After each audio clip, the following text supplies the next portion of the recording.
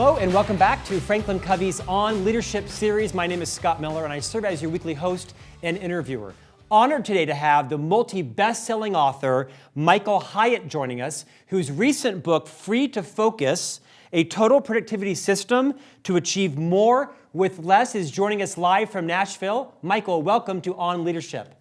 Hey, Scott. Good to be with you. Great to have you, sir. Such an honor to have you here on leadership. You've written so many books around topics that Franklin Covey is passionate about, so I'm excited to dig right into some of your wisdom. You know, you are a productivity expert. You have a lifelong history of writing, speaking, hosting, interviewing, publishing books. I'd love it if you would just orient the audience to some of the life experiences, professionally and personally, that led you to become an expert on not just this topic, but kind of all the topics you speak about. Take a few minutes and tell us a bit about your journey.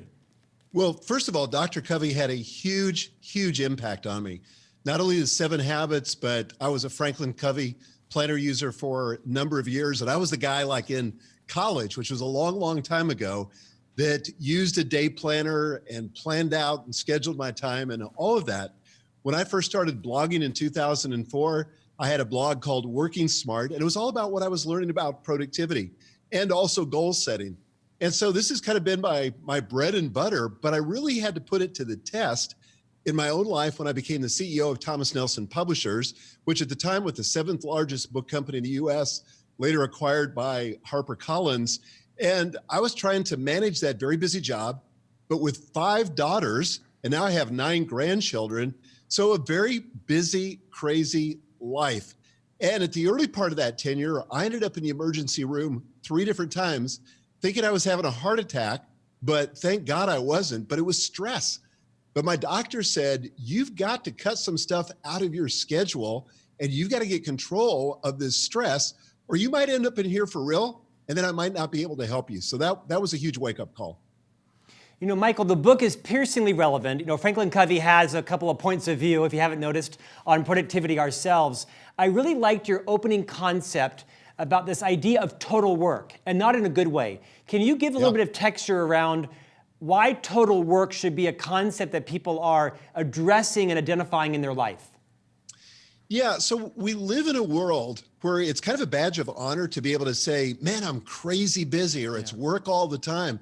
Somehow that gives us a sense of significance and importance. And it's a very deceptive thing, because if we're not careful, we're going to end up burning out and not doing our best work. And one of the things that in recent years, I've really come to identify as the hustle fallacy is I think is particularly pernicious. And that is this idea that if you're really serious about getting ahead, if you want to advance your career, you want to build your business, then it's got to be total work. You know, you got to be willing to put 80, 90 hours a week. Elon Musk has even advocated 100 hours a week. And I say hogwash. In fact, that is a recipe for burnout. And what I'm committed to, I'm committed to what I call the double win, where you win at work and succeed at life. And I don't think we should have to choose between those two, because I think we can do them both if we have the right productivity system and the right priorities. Michael, your book is called Free to Focus, and one of the main premises around the book is that productivity is defined less around efficiency and success and more around freedom. Expand on the concept of why you think freedom is so valuable to people, especially as it relates to their focus. Well, this was really the promise of productivity and efficiency, and especially of technology. That, you know, once we get a smartphone, boy, then we're going to really have freedom. We're going to be super efficient, super effective. But no, that hasn't given any of us more freedom. What it's done is it's allowed us to fill up all those empty spaces, the margin in our life, with more work. And so what I do at the very beginning of the book is to say, what is our productivity vision? What's the purpose of productivity? And I advocate it should be greater freedom. It should be freedom to focus on the priorities that matter most, the relationships that matter most, the projects that matter most. And in the book, I specifically talk about 4 different kinds of freedoms. I talk about, first of all, the freedom to focus. And focus is a superpower in an age of distraction.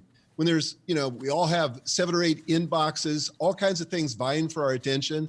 And it's very difficult to do what Cal Newport calls deep work, where we're just locked in and focused on those projects that really move the needle in our business and in our life. Then there's also the freedom to be present. That's another thing, a terrible thing actually about the smartphone, is it allows us, if we're not careful, to be present everywhere except where we physically abide. And so the freedom to be totally focused, so that if I'm in a meeting at work, I'm not worried or thinking about something that got left undone at home. And if I'm with my loved ones, I'm not thinking about some project at work and wishing I were there, but I have the freedom to be totally present. The third freedom is just the freedom to be spontaneous. This is a thing too that I didn't used to value, but I see huge benefit in it today. So like, for example, if my grandkids drop by the office, I don't want to be so programmed or over-programmed that I can't stop what I'm doing and just love on them a little bit. And then finally, something I learned when I was in Italy, and that is the freedom to do nothing. And they even have a phrase for it, but it's the freedom to do nothing.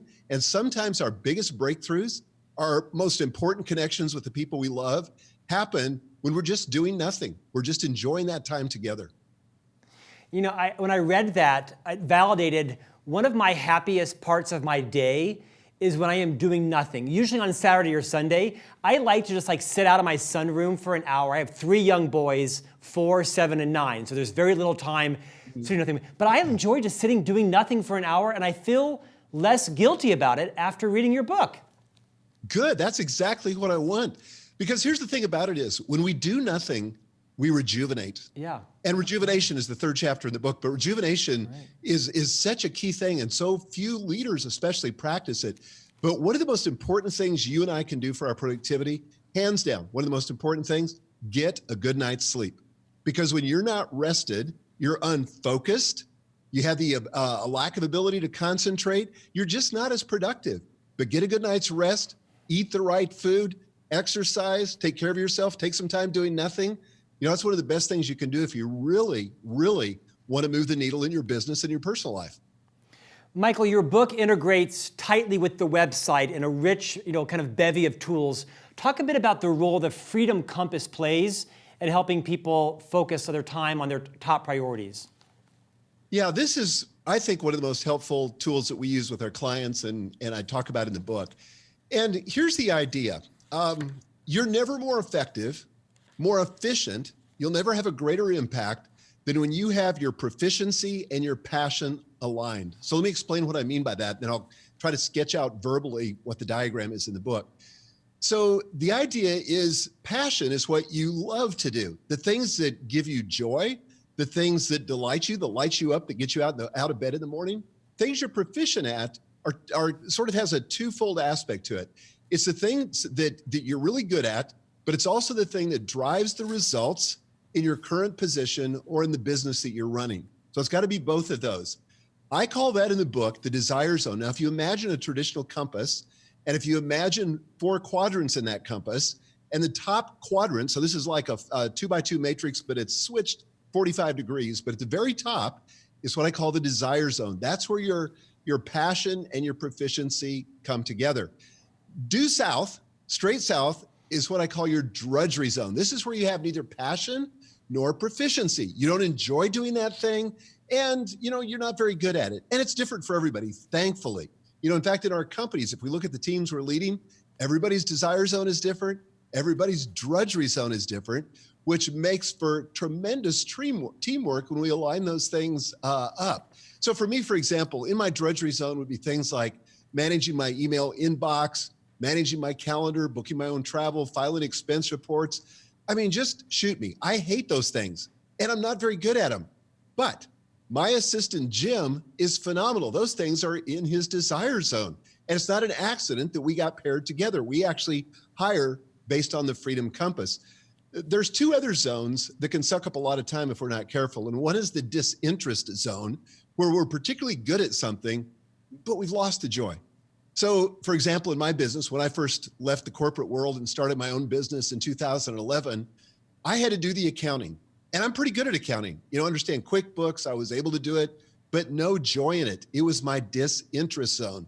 And the problem is it's not the best and highest use of me. And it doesn't really drive the business results. I can't bill for it. It's just stuff that has to be done. Then there's the distraction zone, which would be on the Freedom Compass due west. But this is where I've got passion about it, but I'm not very good at it. So for me, when I was first starting out in this new business, web development was kind of that. I had enough chops just to waste a lot of time there. And it's often a place we go to escape, but I wasn't good enough to really do it professionally. So it consumed a lot of my time, and I didn't see the results of my business early on because I can't bill for it. It wasn't, again, the best and highest use of my time. So it's critically important to know what your desire zone activities are, to do more of those, and that's the key to achieving more by doing less. Michael, I think that in every book I have a favorite page, and I'm often calling it out. I think page 56 in your book, I won't test you on this, is the best because it is the pictures of the two, compasses with two people's jobs. I found myself kind of like turning the book around, reading them, thinking about my own desired and drudgery areas. It's a great tool to appreciate the role productivity can play in your life. In fact, you define productivity as about doing more of what is in your desire zone and less of everything else. It seems a little high-minded. What advice would you give people who don't control their time? They're not the CEO, they aren't an entrepreneur, right? They're just a standard guy like me that works in an organization, and they have a little bit of control, but not complete control over all their time and deliverables. How does someone build a life so they're more in their desire zone and less in their drudgery zone of the other ones? Yeah, well, let me just first, I want to address that, but let me just kind of prove the premise of this achieve more by doing less. So this is something we really try to practice at Michael Hyatt & Company. So we really encourage our employees not to work more than 40 hours a week. We don't bug them in the evenings. We don't bug them on the weekends because we know that rejuvenation time is so critical. Last year, 2018, my business grew 62%. I took 162 days off. Okay, so I was having better results and actually working less. That meant more time for the family, more time for the grandkids, more time for my hobbies and all of that. But when I'm at work, it's highly impactful. Okay, so I'm a business owner. So, maybe I get a pass because I've got a lot more control. But what about people that don't have control like you're asking? Here's the thing I think we've got to realize. First of all, we have to be stewards over what we've been given.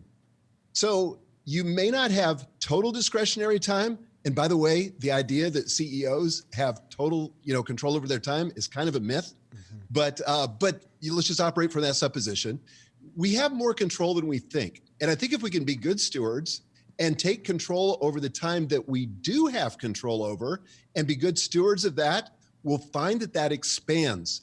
So forget about what you don't have, focus on what you do have, and be a better steward of that. Does that make sense? It does. In fact, you talk a lot about in the book the power of saying no graciously, courageously, and how important that is to be able to be in your desire zone. Any practical tips you would give our listeners and viewers on being more courageous and diplomatic about saying no, having the kind of not to-do list? Yeah, I think it begins with kind of a mindset, the realization that time is a finite thing. You can't earn more of it. You can't buy more of it. You got 168 hours a week. What that means is that there's always a trade-off. Every time I say yes, I'm going to say no to something else. Every time I say no, I'm saying yes to something else. So Scott, if you were to come to Nashville where I live and you said, hey, how about if we get together for dinner tonight, Friday night, I'm going to be in town, let's get together for dinner. And I would have to say no, because if I said yes to you, I'd be saying no to date night with my wife. So could I move some things around? Yes, but you get the idea. Saying yes to one thing is saying no to something else. So if we're going to have a life where it's not total work, if we're going to have a life where we have the opportunity to make sure that we win at work, but don't lose our life, like our health and our most important relationship in the process, we got to get good at saying no. And in the book, I talk about sort of this yes, no, yes principle that I learned from Dr. William Ury. And that is that when somebody makes a request, first thing I do is I affirm them for making the request. I don't try to shame them. I don't get, belligerent or angry about it. I just say, hey, thanks for asking me. And, I'll go into a little bit more detail. But then I give them a very clear, very unequivocal no. So here's what I don't say. I don't say, hey, I'm busy right now. Why don't you check back with me in a week? Because guess what? They will. And then we're back right in the same conversation over again. So here's what I say, and this is a magic phrase. I say, due to my other commitments, I'm going to have to say no to be faithful to them. Or in order to be faithful, to my current commitments, I have to say no to you. Well, first of all, that contextualizes it.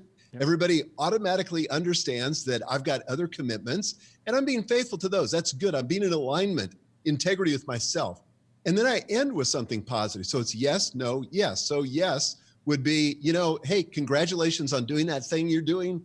I'm sure there's just the right person out there for it. Good luck, something like that. But I literally have set up email templates for almost every common request that I get that has a very thoughtful response so that I can say no with grace and not feel guilty about it. And I've had so many people write me back after receiving that and saying, well, I'm disappointed, but thank you so much for getting back to me. Because the average person, they can handle no. What they can't handle is when they don't hear from you. And most of us procrastinate because we hate to disappoint people. We're recovering people pleasers. Well, I'm honored that I didn't get the yes, no, yes email when I invited you on the program. So that would have been humiliating. Who's a great example of this is our co-founder, Dr. Covey. His eldest son, who Dr. Stephen M.R. Covey, wrote the book, The Speed of Trust. And this book has sold amazingly well, right? 2 million copies. And Stephen M.R. Covey is very deliberate, like you mentioned, about saying no to new commitments if they might jeopardize his trust, his brand, with his previous commitments. He leaves money on the table all day long. In fact, he probably says no to more speeches than he does yes because he wants to make sure that he delivers on his previous commitments, and that's his brand. And I think it's inspiring for all of us to be more deliberate around what we're saying no to so we can say yes to the right things. Well, it's a little bit of a muscle so that the more you exercise, the easier it gets to deliver that message. So for me today, it's a lot easier to say no than it used to be because, again, I used to be a recovering people pleaser. I still am a recovering people pleaser. The other thing, too, is I think for those of the people listening who have the benefit of an assistant, let your assistant do that. Like, for example, I don't manage my own calendar. And so that is very convenient. So when somebody asks me, like if I bump into somebody on church on Sunday and they say, hey, can we get together for lunch? I'd say, hey, I'd love to if I'm available. But why don't you send an email to my assistant, Jim, or send it to me and I'll make sure that Jim looks at my calendar and gets back to you. Jim has much less emotion attached to say no. It's much easier for him to say no than it is for me to say no. So I let him handle my calendar. Michael, I want you to use me as a guinea pig for a moment because one of the concepts that I really resonated with in the book was this idea of pruning. Like you, I'm fairly busy and I want to be less busy. I don't see it as a moniker of success. I'm writing several books. I host a radio program on iHeartRadio. I'm an Inc. columnist. I have a day job in the company. And I host this program. I'm a father. I'm a husband. And I'm starting to say no to things. But I also find myself saying no to that interview, but yes to this interview. So my net is the same. I'm not pruning at all. Right. I'm not alone, right? Everyone's got as much work as I've got going on. What advice would you give to high productive, high motivated people that want to prune, but also need to be aware of that kind of one-to-one swapping fallacy? Yeah, well, so the idea between the one-to-one swapping, or the idea there is that you can't keep saying yes because you're going to run out of time. So true. So if you're going to say yes to one thing, like I just had this opportunity come up in October for a speaking engagement, and my team had to say, okay, what are we going to clear? Because he's not going to work all night. So what are we going to have to clear in order to accept that speaking engagement?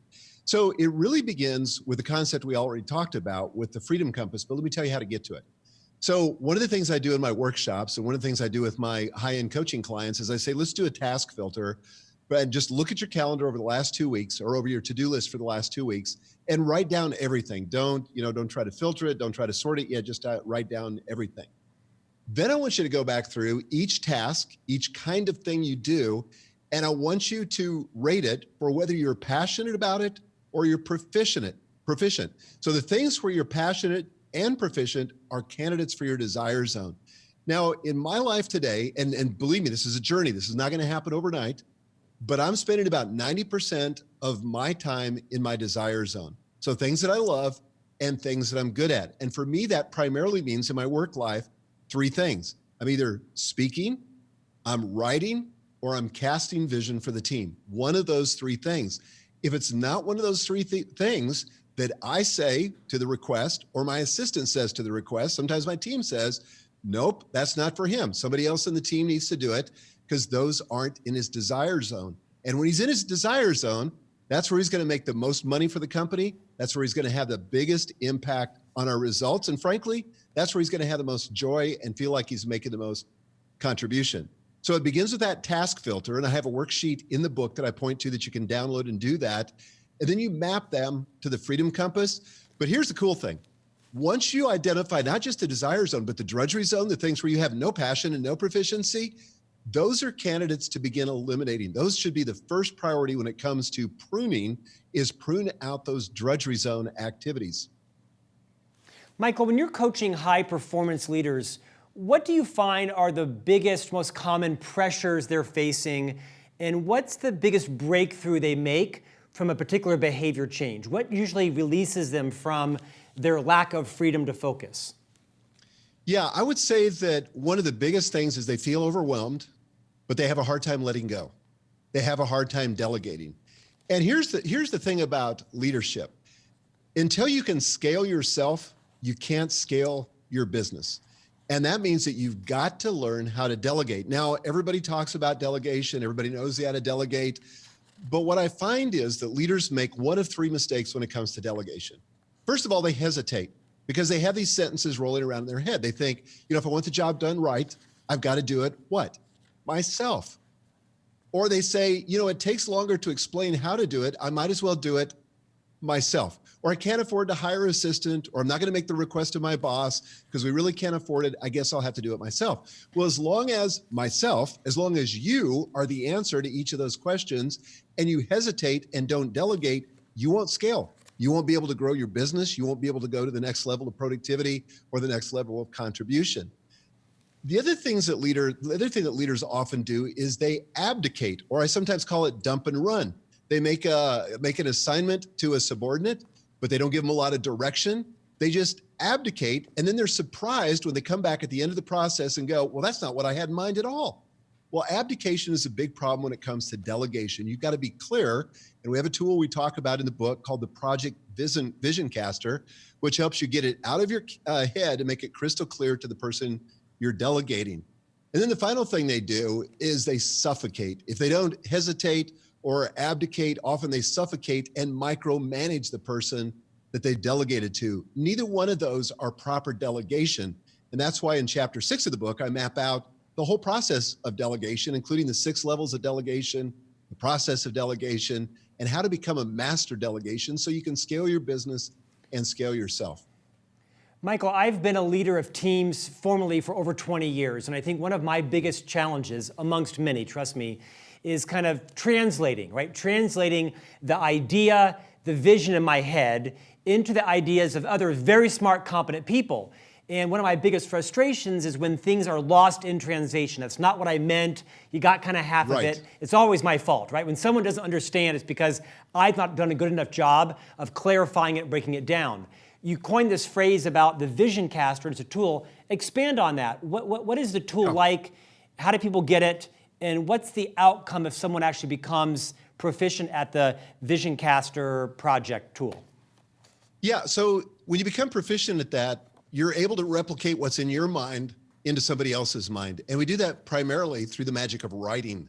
So thoughts disentangle themselves, passing over the lips and through pencil tips. That's not original with me. That was from the famous poet Anonymous. But thoughts disentangle themselves, passing over the lips and through pencil tips. So one of the easiest hacks for getting clear is to write it out. What do you see? What does this project look like when it's designed, when it's done and designed? And it begins by standing in the future and describing what you see. So for example, we have a program called the Focused Leader. It's a one-day event. And so when I was first conceiving that event, I knew that I didn't want to do the logistics. I didn't want to set up the production. I didn't do any of that, but I had a vision for it. So I described that in the Project Vision Caster, and I described exactly what I saw when I walked in on the first day of that event. And so it's a matter of getting it out of my head, describing it as though it were a present reality. And then there's some other things on that form as well, including deadline and budget and so forth, level of delegation and so forth.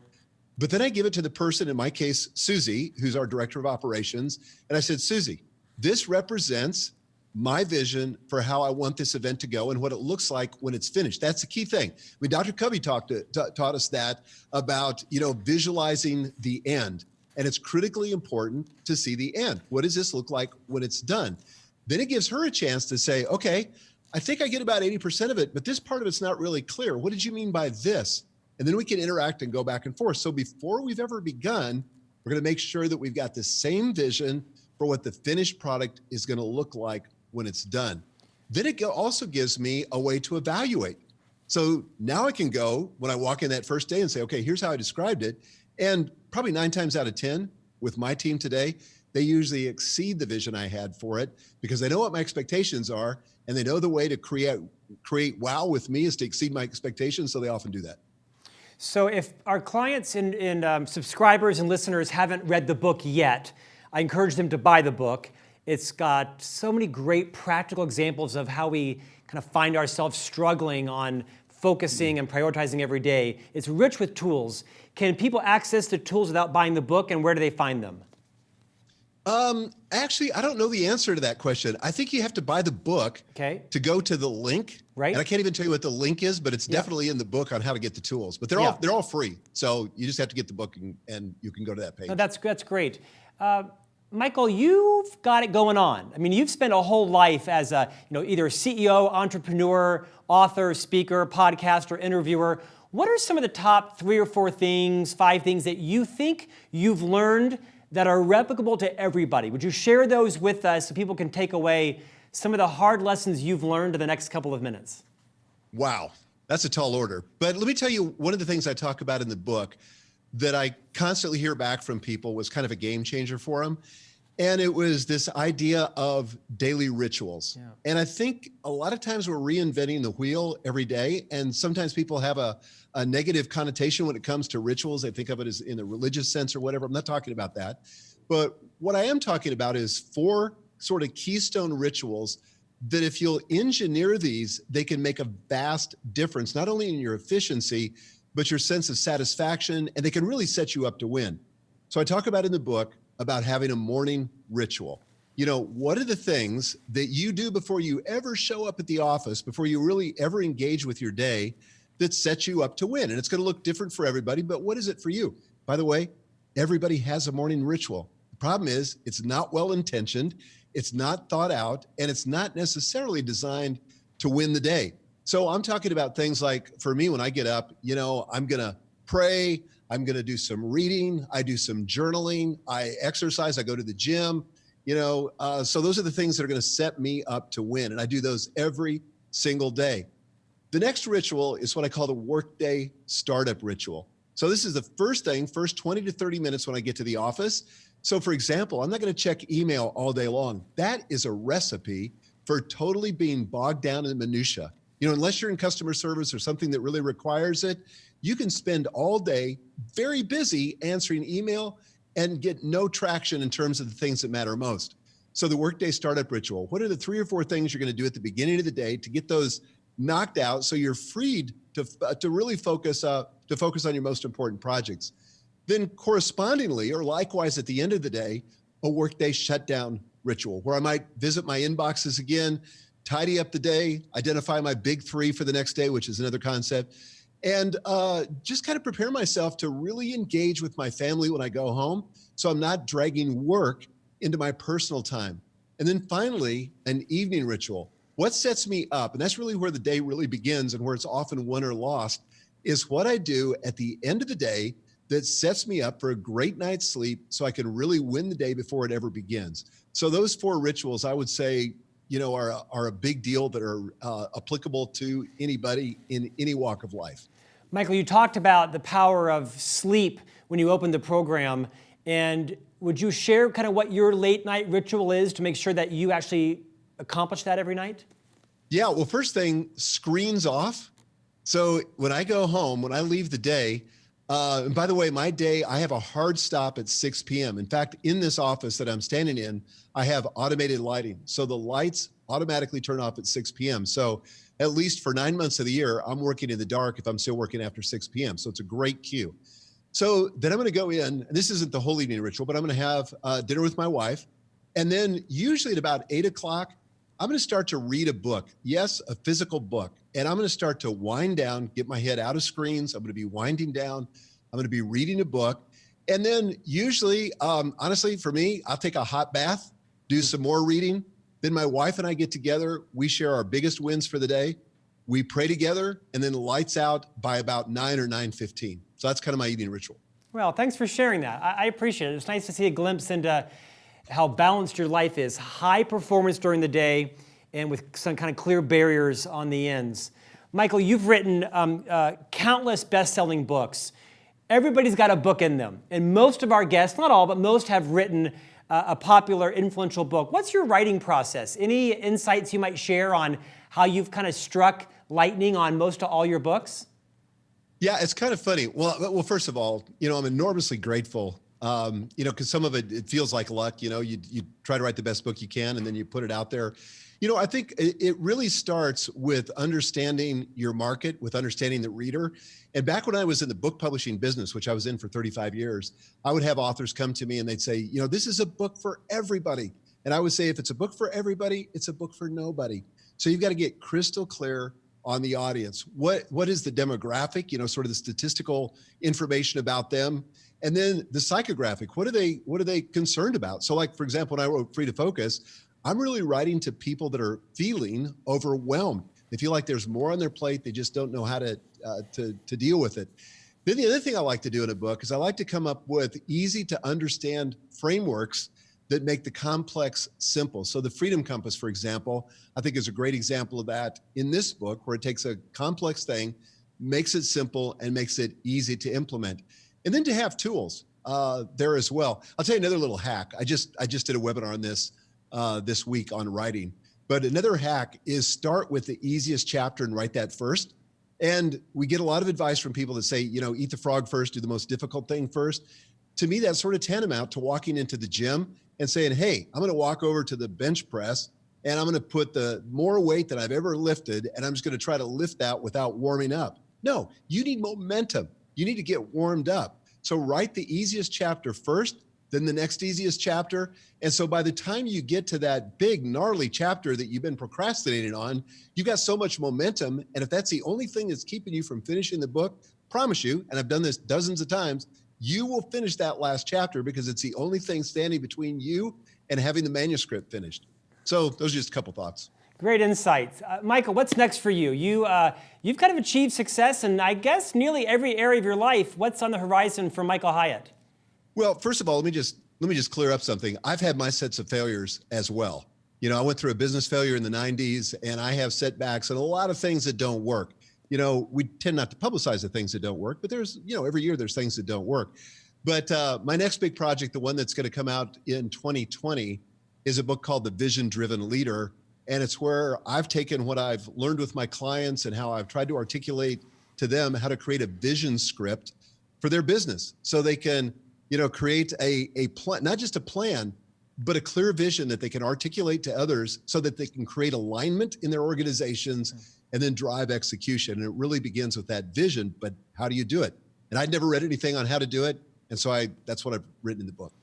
Sounds great. I will send you an email and invite you back on and hopefully get the yes, yes, yes response from you. Awesome. Thanks so much for having me on, Scott. Michael, our honor. Best of success. There's a reason why your books have done so well. Michael Hyatt, author of Freedom to Focus. Thank you for joining us, and we will see you back here next week for another episode of On Leadership. If you're not subscribing, visit FranklinCovey.com, click on the On Leadership tab, sign yourself up. It's a free email. It comes out every Tuesday around 6 a.m. Eastern Time, where we feature a different guest every week. We'd love to have you, your family, and all your colleagues subscribe to On Leadership by visiting FranklinCovey.com. Thanks for joining us, and we'll see you back here next week.